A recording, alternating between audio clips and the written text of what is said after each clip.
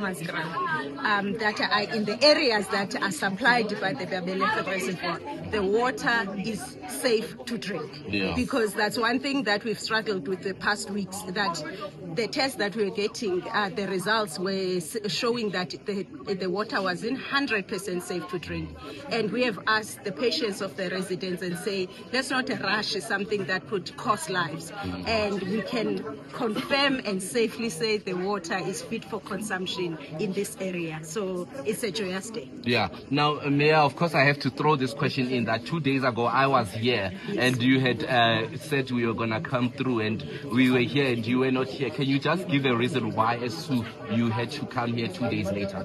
So we were doing a soft sell because the results that we had were showing 99-point-something% fit for consumption, that the water was. So we then said, let's not rush this moment. Let's get 100% so that we can, when we leave here, we shouldn't worry that we're going to get calls that people are not well, because we have told them as the leadership of the city that the water is safe for consumption. So the reason why we had to cancel, because it was not 100% and we were waiting for 100%. And today we're here because that's exactly what it is. Yeah. Now, one of the things that Hammanskraal residents in neighboring areas to this one that has now gotten water are looking forward to is the next step. When are they getting water? And that update, what is happening with that? So now we have 3 modules that are remaining. The first one is scheduled for end of Feb, the other one end of April, and the other one end of June.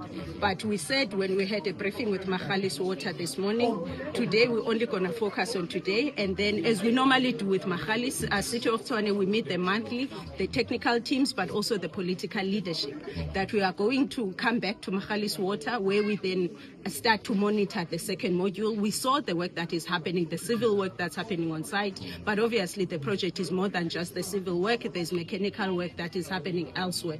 So, but I think what is positive about this delay is that we've learned all the lessons that we could learn. Remember, we took a project that was supposed to be 3 years and it was confined in 6 months. And for such a project, we've learned a lot of lessons. Yes, it came in a form of delays, but we can now comfortably say whatever we did not anticipate when we were planning for the other 3 modules, now the teams are anticipating those things. But we will be able to, as we normally do, update the community about the second module, the third module, and the fourth module. But to the residents that are receiving clean water, now they must pay for the water. We've written off their debts in terms of their water bills. That is done. We've given them meters, so we'll be able to bill them. Now they must be able to pay, because if they're using our services, they must pay for our services. So this is not free water. This is clean water, drinkable water that they must pay for. But also we have water restrictions. So the car wash that's outside, it bothers us because we're dealing with water losses, we're dealing with the water crisis, and there's water. People using drinkable water to wash cars. So we've got a lot of work, because remember, the culture now must change. We have not had clean water, and the relationship between us and the community wasn't well.